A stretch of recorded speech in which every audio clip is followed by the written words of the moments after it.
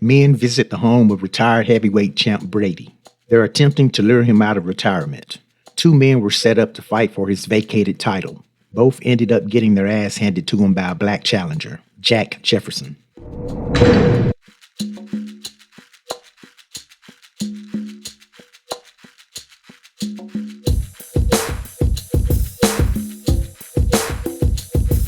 The gang have already picked a nickname for Brady, the White Hope.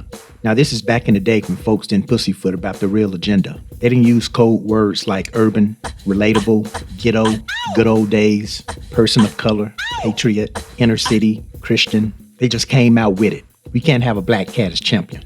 The men put the booster cables on old Brady. He's up for the challenge. Jack's manager Goldie is a witness to this setup. Goldie is up against the wall in terms of the fight's negotiations. Everything's going to go in the favor of the white champion. The location, the rules, the referee, the judges, and of course, the payout. Brady emerges from his home with his title, ready for that ass to get whooped.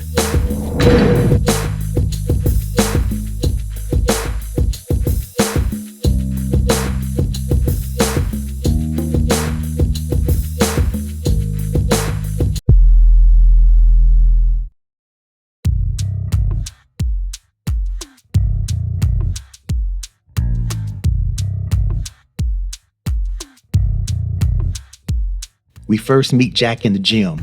He's working the bag with his trainer Tick. Over to the side watching him is his old lady Eleanor. Eleanor has Jack's nose open wide enough to stick a pink toe in it. Goldie enters and delivers the news to Jack about his next fight.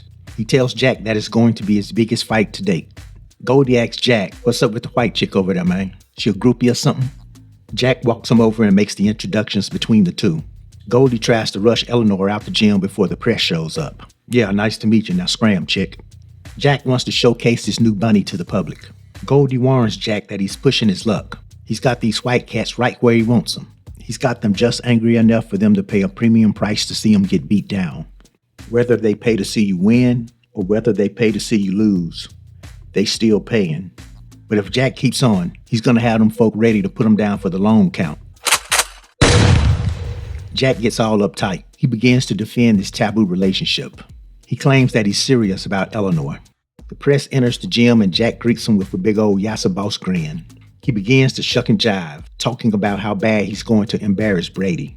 Veteran reporter Smitty brings up the racial angle of the fight, White Hope versus Black Hope. Jack brushes it off. He declares that he only fights for himself. A woman named Clara interrupts the interview. She's black and she's angry. If it quacks like a duck, it's a duck. She's one of Jack's old side chicks, running wild. She makes a threat towards Eleanor to leave her man alone. Eleanor is taken aback at the woman's attack. Then Clara tried to grab Beck's neck. She has to be restrained. Jack makes it clear to Clara that her days of living on Cloud 9 are over. Jack done switched over to the white meat. No more legs and thighs for him, just breasts and wings. Clara ain't too proud to beg and pleads for his sympathy. Jack ain't having it. The gym clears out.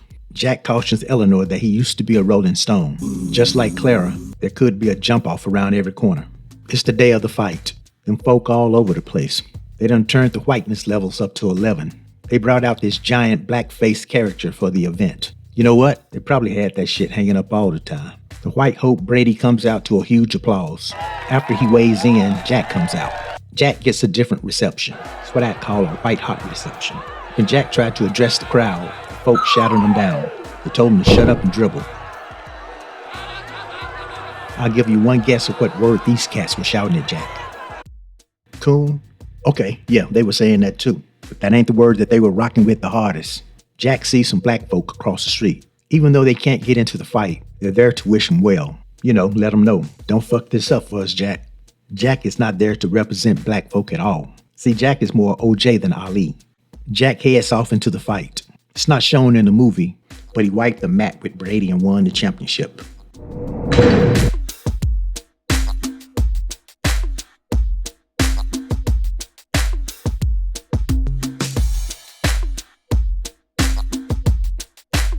Jack is at the homecoming. The folks have flooded the streets to show love. Eleanor is sitting there thinking, damn, there's a lot of black folk out here. The parade turns into a party. Black folk dancing in the streets. Jack got women jumping into his arms, licking him on the side of the face. The party progresses towards the building. This cat comes out from the adoring crowd banging a trash can lid. At first, Jack is amused by the man's antics. But then, this cat starts to deliver some harsh truths. He ain't impressed by Jack's desire to cross over into the white folks' world. Jack has no rebuttal. As the man continues to rant, his target expands to those in the crowd. Jack ain't the only one there desiring proximity to whiteness. There's a whole lot of straight hair in the crowd. You can smell the kunkaline and straightening cone smoke from a mile away. Eleanor's gotta be thinking, shit, he ain't talking about me. He's talking about y'all. The man walks away and Jack's little celebration just got KO'd. So we're at the district attorney's office. The common folk done got all worked up about Jack. White folks are raging about him running around with a white woman. Some in the black community think that Jack is reinforcing negative stereotypes.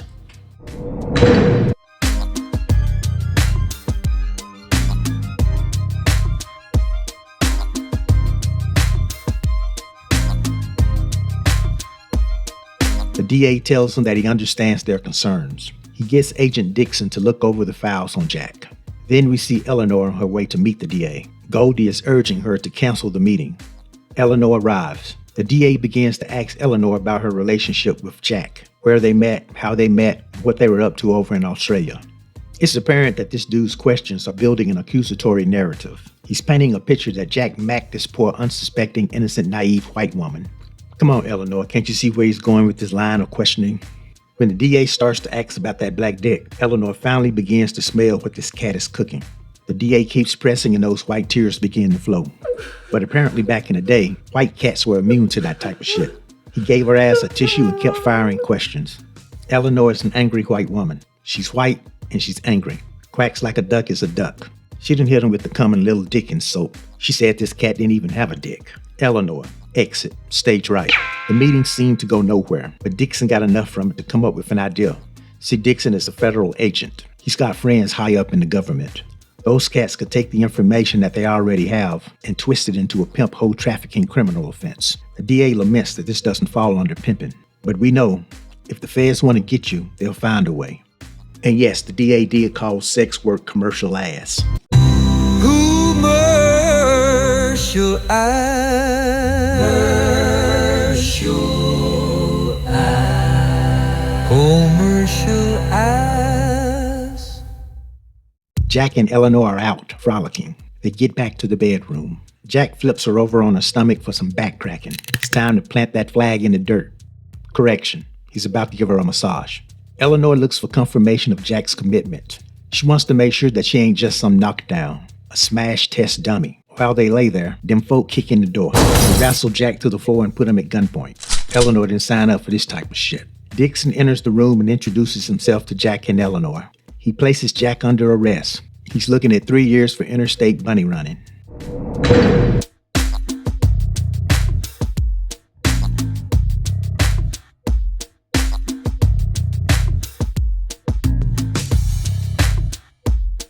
We drop in on a senior sister who's in the middle of story time. The woman is Jack's mother, Mama Tiny. She joyfully talks about how she beat the hell out of her little son. Just to look at things on the positive side, she's probably the one that taught Jack how to take a punch. Shortly, a baseball team enters the room. They're unclear about why they were summoned. Then Tick enters the room. He gives Mama the rundown of the sentence that Jack received. Then that old second-string jump-off Clara enters the room. She prances around, speaking about how Eleanor left Jack when things turned upside down. Finally, Jack enters the room. Old Clara is trying to ride his back. Literally. Jack greets his moms. Jack keeps looking out of the window. There's a couple of cops sitting on him so that he doesn't try to run out on his bail. But Jack has a plan. He's going to leave the country on the first thing smoking. To escape the cops, he's going to swap clothes with one of the baseball players in the room. That way, the police won't detect him when he leaves the building. Mama Tiny is overjoyed. The good Lord has intervened and made a way for her son.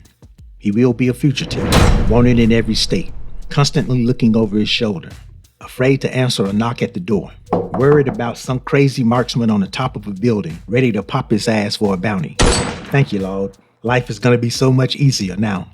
Old Clara asks to come along. Nope, not going to happen. Don't ask again. Clara puts 2 and 2 together. She figures out that Eleanor must be somewhere waiting for Jack. Clara tries to blow up Jack's spot. She has to be restrained. Yet again.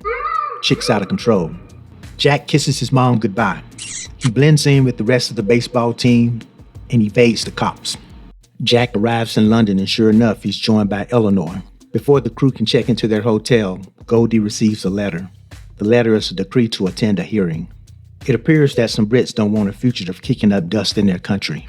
Jack assures the judge that he's just there to fight. Their white women will be safe. At first, the judge seems receptive to Jack's request, but the politician presents a letter. It states that the boxing commission has refused to license Jack to fight. Goldie threatens to move the fight elsewhere. Dude's like, yeah, player, that's what we're trying to tell you. Take that shit somewhere else. The judge tells Jack that you don't have to go home, but you got to take that fight the hell out of here. Next, we find Jack in France preparing to fight some tomato king. This ain't the type of fights that a world champion should be engaging. But a dollar is a dollar and a franc is a franc. Jack puts on that big cheese and smile and goes out to take care of business. As Eleanor waits in the dressing room, the reporter Smitty approaches. Smitty done heard some shit on her. The streets are saying that Eleanor aborted her and Jack's baby. Smitty tells her that since it's going to get out eventually, she might as well get ahead of the story and tell her side to a sympathetic ear. Eleanor, exit, stage right. She walks out to the ring and watches Jack finish off his meal. Back in the States, they done went and found a damn giant corn-fed, tractor-pulling white boy from Kansas to fight Jack. They don't want a boxer that can make a good fight against Jack. They want someone that can stretch his ass out. Federal Agent Dixon has come to meet the men. The boxing commission and the promoters want to get the belt back around the waist of a white man, and Dixon, he wants to bring Jack in to serve his sentence. The feds don't want a black champion either. The feds want to cut down Jack's influence before it grows larger. Dixon offers them some incentive to help persuade Jack to come back and fight. The feds will cut off some time from his sentence if he does. Of course, there will be strings attached. Jack can't just fight. He has to lose. He must throw the fight. The promoter, Pop, doesn't think Jack is down to take a dive. When the promoter asks Dixon for some assurance to convince Jack, Dixon tells him that it's a hands-off proposition. The shit goes left, the fed's name is Bennett and they ain't in it. I think Eleanor and Jack are in Germany now. Jack has been limited to seeking exhibition fights at this point. His money's getting thin. Eleanor approaches Jack as he entertains the locals. Jack never passes up the chance to degrade himself in front of white folk. Eleanor is ashamed of his behavior. Champ or not, black or not, she don't want a damn clown. Eleanor, exit, stage right. Goldie comes to Jack with the fight proposal. Jack can already tell there's something funky about the offer. Goldie gives him the same details. Take a dive, get a reduced sentence. Jack don't want to do it. I guess the man has some principles. Goldie has to remind Jack that currently he's ass out. Shit, he gonna have to sell some ass for money in about 3 weeks. Some commercial ass.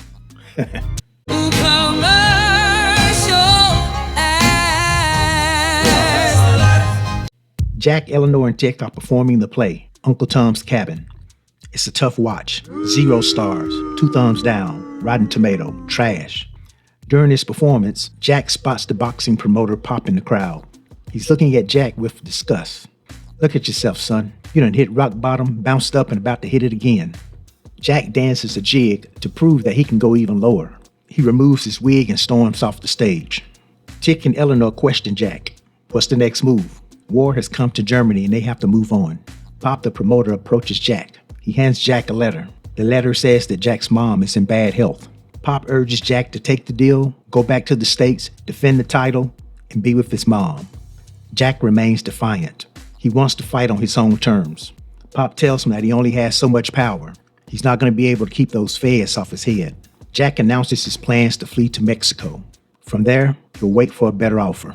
We're somewhere close to the Mexican border. Eleanor has seen better days. Look like she's wearing a garbage bag or something. She's looking tore up from the floor up, beat up from the feet up. Jack and Tick are working the heavy bag. Eleanor walks in and gives Jack the news that there is no new news. Ain't nothing changed. They're getting closer and closer to being flat broke every day. She tells Jack to take the deal. Jack sees her surrender as a betrayal. This is ride or die, not ride or give in to the feds. We supposed to go over the cliff together, baby. Jack verbally attacks Eleanor. Eleanor comes back. She shows him that she's been serving it up to bed bugs just to hang out with him. This chick done grown to be disgusting, man. She ain't taking care of herself. Jack tells Eleanor to leave him, for good. Eleanor senses that the relationship is hanging by a thread. She flipped the switch from complaining to full-on begging to stay. Just a few seconds ago, she was posted up on the wall, all cool with her shades and shit. Now she blowing snot bubbles, pleading not to get dumped. When she wouldn't leave, Jack went off on her. Now this image looked like he's dropping a dirty elbow across the back of her neck, but actually he was hitting her with a dirty sack or something. Kind of like one of them sacks that she wearing. Jack sneak blames Eleanor for the predicament that they're in. He told her that he wouldn't touch her with a 10-foot pole. It's a wrap, Bex. Grab your playbook. You've been dumped.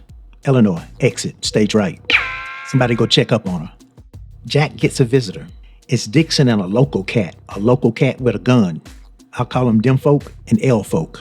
Dixon tells Jack that he's got him by the balls. Enough of this playing around. He's gonna go back to the States and fight. He informs Jack that in addition to his previous charges, the feds done stacked up a whole bunch of other charges on him. Jack is looking at some hard time. Jack figures that as long as he stays out of the States, they can't touch him. But El Gunsmoke tells Jack that while he ain't down with the Federale got a pocket full of pesos.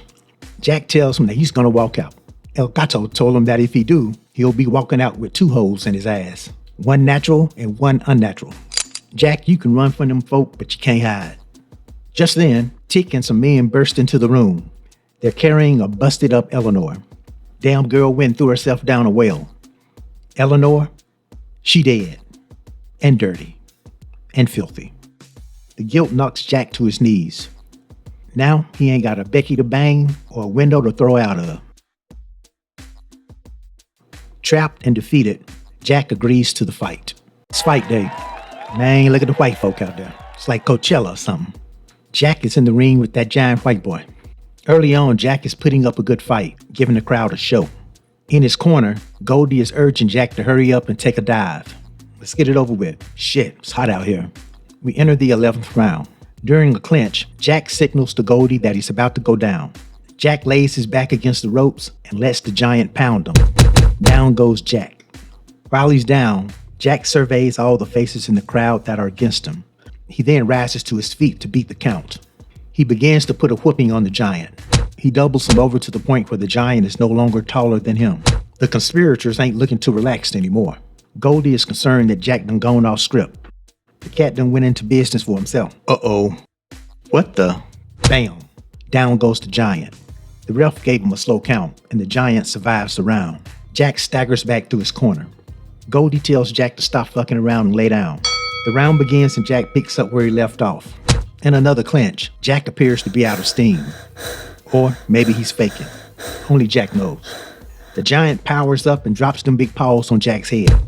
Jack goes down again. He tries to beat the count, but then collapses on his back. Jack, he dead. Jack, he knocked out. The giant wins the fight. It was the greatest day in white history, and that's saying something. A beaten Jack is dragged out of the ring. Along the way to the dressing room, the reporter Smitty asks Jack if the fight was legit.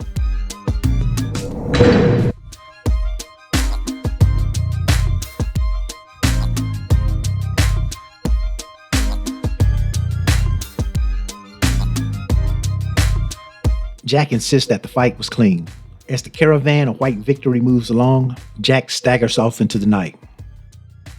Hey, where are the white women at?